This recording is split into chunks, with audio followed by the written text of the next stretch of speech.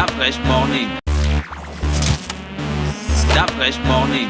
Vous êtes sur les 104.5 Urban FM, la station urbaine. Gina, on parle de cyberharcèlement, c'est ça? Oui, on parle de cyberharcèlement, mais avant, tu sais, hier, il y a eu un gros bug sur Facebook, WhatsApp et Instagram. Et puis, tout le monde pensait que c'était en fait un problème avec sa connexion Internet. Mais c'était un bug mondial, en fait. Il y a eu un problème sur... Oui. Il y a eu un communiqué officiel. Il y a eu un problème, oui. Facebook, et justement, c'est là que c'est intéressant. Facebook a tweeté... Ah, d'accord. Facebook a tweeté qu'ils étaient informés que les utilisateurs rencontraient quelques difficultés et tout ça et qu'ils travaillaient en fait à résoudre le problème. Donc depuis hier quoi, 15h, 16h, 14h même par là. Donc pour toutes les personnes qui ont vécu ça hier, ça n'avait rien à voir avec votre connexion Internet, rien à voir avec votre fournisseur d'accès Internet. Ça avait tout à voir avec les serveurs de Facebook. Et tu sais que Facebook, WhatsApp et Instagram, c'est la même famille désormais. Instagram. Donc, si le père a un souci, bah la mère va forcément être touchée et les enfants n'en parlent plus, tu vois. Donc, ils étaient tous dans la même boîte. Mais heureusement, c'est résolu. Donc, c'est rentré dans l'ordre même depuis hier. Hier, en début de soirée, c'était déjà rentré dans l'ordre. Et puis, voilà, ça vous donne juste une idée de la consommation des fichiers multimédia que l'on a. D'accord. Donc, on revient, étant donné qu'on va parler de cyberharcèlement le matin. Ce matin, ça nous permet aussi, bien sûr, ça nous a permis d'introduire petit à petit notre rubrique sur Internet. Alors, pourquoi est-ce qu'on parle de cyberharcèlement aujourd'hui? Je pense que tout le monde, au moment où je vais le dire, chacun va voir exactement de quoi il s'agit. À Libreville, en ce moment, il y a une expression qui défraie la chronique. Tout le monde dit cette expression et dès qu'on a fini de la dire, ben, ça entraîne des fous rires. L'expression, c'est casse le coco. Tout le monde sait exactement de quoi il s'agit. Je ne vais pas du tout vous faire un dessin. Vous savez exactement ce qui s'est passé. Vous savez exactement à quoi renvoie cette expression. Et puis là, après avoir vu donc la vidéo qui a motivé ou qui justifie cette expression, donc l'expression de cassage de coco, si tu veux, oui.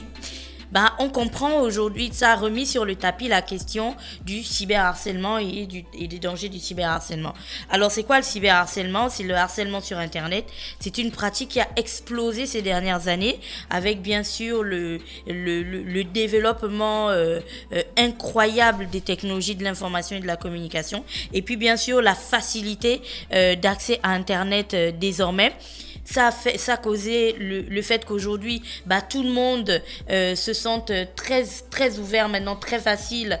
C'est devenu très facile de propager qui d'une photo, qui d'une vidéo, qui d'une information vraie ou fausse sur n'importe quoi en fait. On peut le voir lorsqu'il y a des accidents de la circulation. On peut le voir lorsqu'il y a des situations un peu plus compliquées et tout. Et là, on le voit lorsque les gens sont même dans des situations purement privées. Bon, je dis privées, mais je mets sans griffe, quoi. Des choses qui touchent à l'intimité. On n'a plus de limite du tout avec les réseaux sociaux et Internet.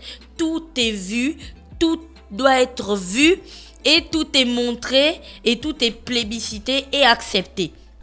C'est dans cet environnement-là que l'on vit et c'est en ça que c'est dangereux. Et là, ça nous ramène donc aux notions de droit à l'image que l'on va rapidement aborder ici aujourd'hui et puis aux notions aussi d'un autre côté, aux notions de harcèlement sur Internet. Alors, on va commencer par la question du cyberharcèlement et là, on va vraiment s'appuyer sur la vidéo dont je parlais. Alors, je vous présente rapidement les faits. C'est un homme et une femme qui ont des rapports sexuels dans une voiture. En apparence, une voiture à usage de taxi, parce qu'en gros, on n'a pas toute la structure et tout. En apparence, une voiture à usage de taxi. Et donc, ces personnes sont surprises par, je crois, des badauds qui les prennent en vidéo et puis qui diffusent la vidéo. Dans cette vidéo, bien, malgré le fait qu'on ne voit pas le visage de la femme, heureusement, malheureusement, c'est à vous de voir. Moi, moi je dirais, voilà, c'est selon. Ben, on peut très bien distinguer le visage du jeune homme ou du monsieur. Et puis, qu'est-ce que ça a conduit? Ça a conduit à une sorte de chasse aux sorcières où, en gros, on est arrivé désormais, je suis tombée sur un post sur Facebook où quelqu'un avait la photo de ce monsieur du style dans sa vie de tous les jours et puis son image lorsqu'il était dans une position assez délicate, donc totalement nu, et puis on avait toutes ces informations, sa nationalité, voilà, il est venu au Gabon, il fait usage de taxi et puis il a l'habitude de faire ça et ainsi de suite, on avait son nom et ainsi de suite, et cette vidéo a été partagée. Je vais te donner le nombre de... Je dis la vidéo, la photo. Cette photo a été partagée. Je vais te dire le nombre de fois, mais c'est horrible. Il y a des centaines et des centaines de personnes qui ont partagé cette image. Et cet homme, si... Par exemple, c'est la personne qui était véritablement dans le taxi, bah cette personne doit vivre un véritable enfer aujourd'hui.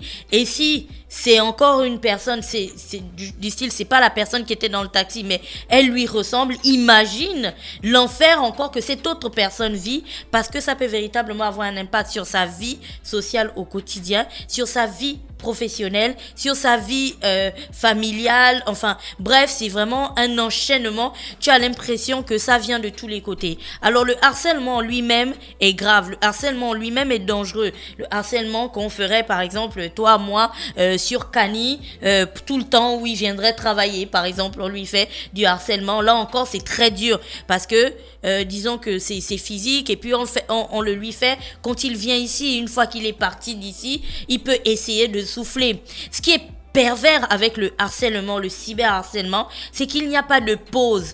Tant qu'il y a de la connexion, ça viendra de tous les pays et de tous les endroits du Gabon ou du monde, ou je ne sais pas. Par exemple, la situation de ces deux protagonistes en pleine action dans un taxi, ben ça a été commenté par des internautes qui venaient du Cameroun, par des internautes qui venaient de Côte d'Ivoire, par d'autres qui venaient de France.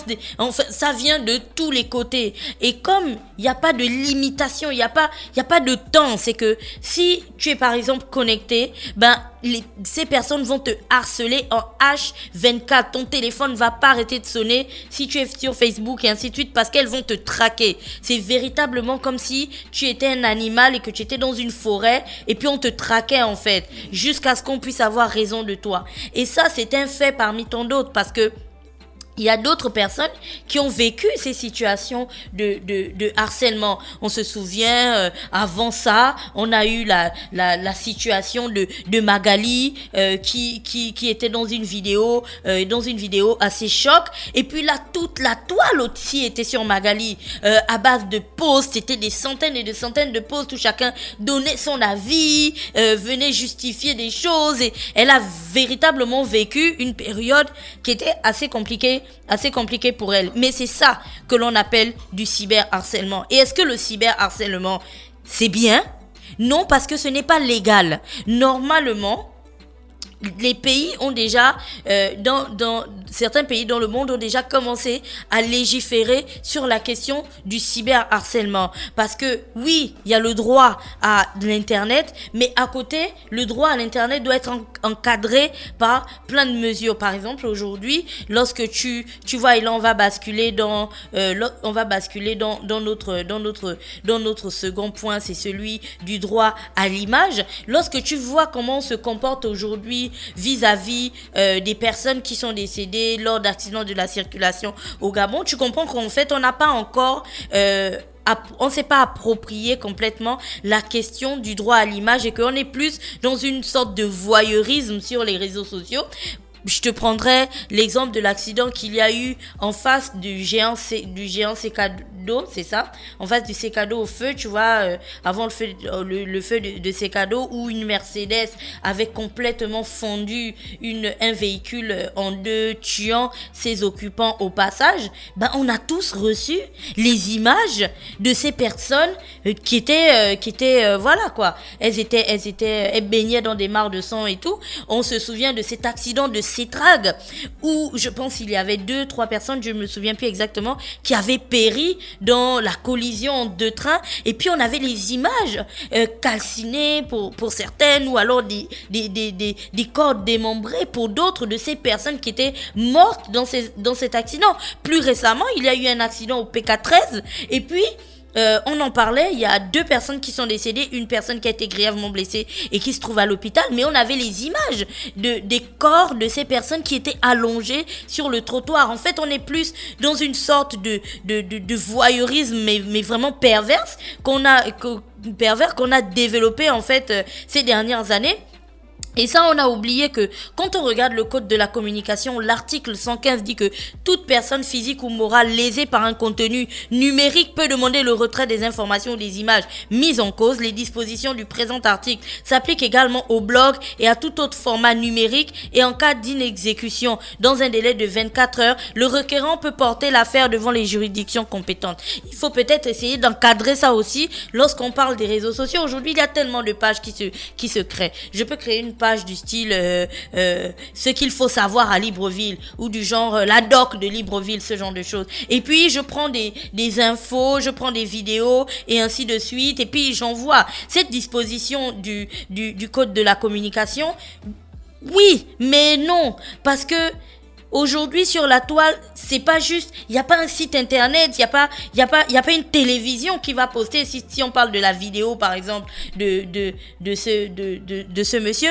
c'est des pages Facebook, en fait, c'est des comptes, c'est des personnes qui les partagent. Dans ce cas, comment est-ce que on intervient? Comment est-ce que on fait en sorte que ces personnes la paient? Comment on fait pour les arrêter? Il y a tout ça sur lesquels il va falloir réfléchir. Et l'article 287 du code pénal aussi revient sur la question. On te dit que les articles 284 à 286 ne seront applicables aux diffamations et injures dirigées contre la mémoire des morts que dans le cas où les auteurs de ces diffamations ou injures auraient eu l'intention de porter atteinte à l'honneur ou à la considération des héritiers, des époux, des légataires universels vivants.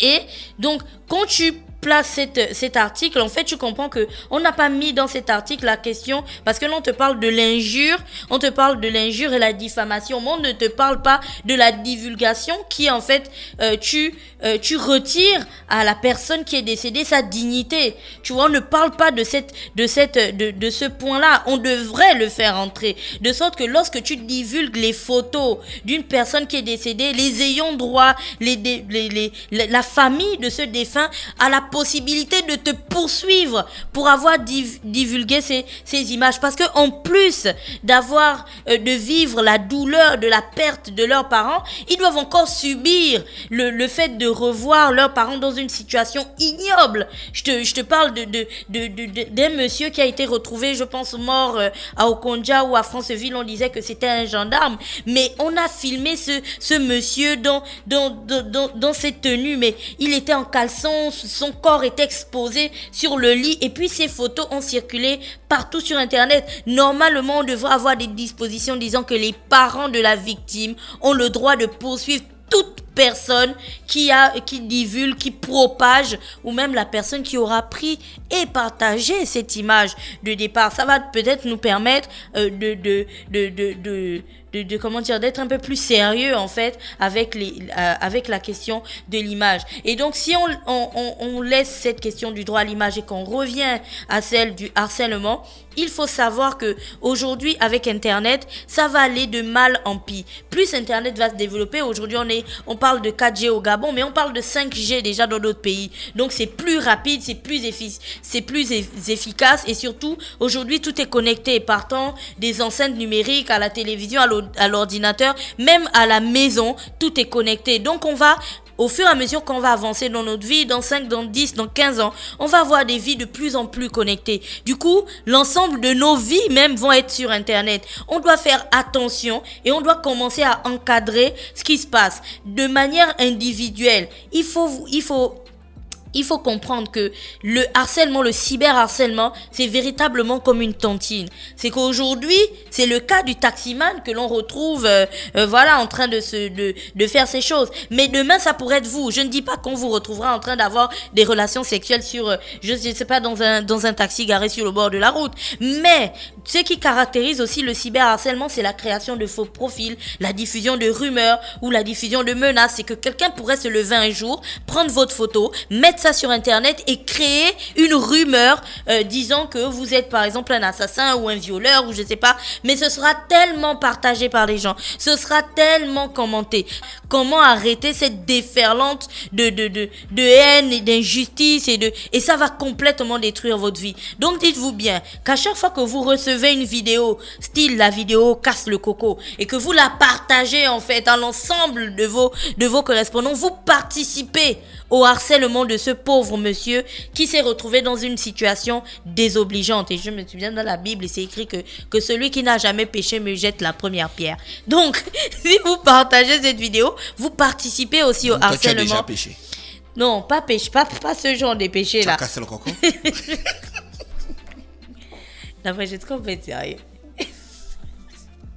Donc, quand vous partagez la vidéo, vous participez au harcèlement en fait. Du coup, dites-vous bien que s'il y a une chaîne de cyberharcèlement, cette chaîne devrait prendre fin avec vous. Une fois que vous l'avez reçue, vous la supprimez et vous ne l'envoyez pas à d'autres personnes. Comme ça, au moins, vous ne participez pas à la destruction de la vie d'une personne parce que ça va de rumeurs, ça va de la création de faux profils, ça va de tellement de choses. Je me souviens qu'il n'y a pas très longtemps sur Internet, il y a une fille qui avait écrit un post à la femme d'un monsieur disant que ton mari me harcèle, demande-lui d'arrêter et ainsi de suite, et en vérifiant bien, le profil en question n'était pas un vrai profil, et tu imagines le choc que ça aurait fait, une déferlante dans le couple d'autrui. C'est vraiment quelque chose qu'il faut prendre avec beaucoup de pincettes et qu'il faut prendre de manière froide et de manière bien réfléchie, parce que là, notre société avance vers quelque chose qui peut être très grave. Sous d'autres cieux, dans les pays européens et américains, ça conduit à des meurtres, à des assassinats, à des suicides, parce que les gens ne supportaient pas. Comme je vous ai dit, la différence entre un harcèlement classique, genre physique, et la différence entre le cyberharcèlement, c'est que le cyberharcèlement ne prend pas fin. Le harcèlement physique, il débutera à chaque fois que tu rencontreras les gars qui te font ça.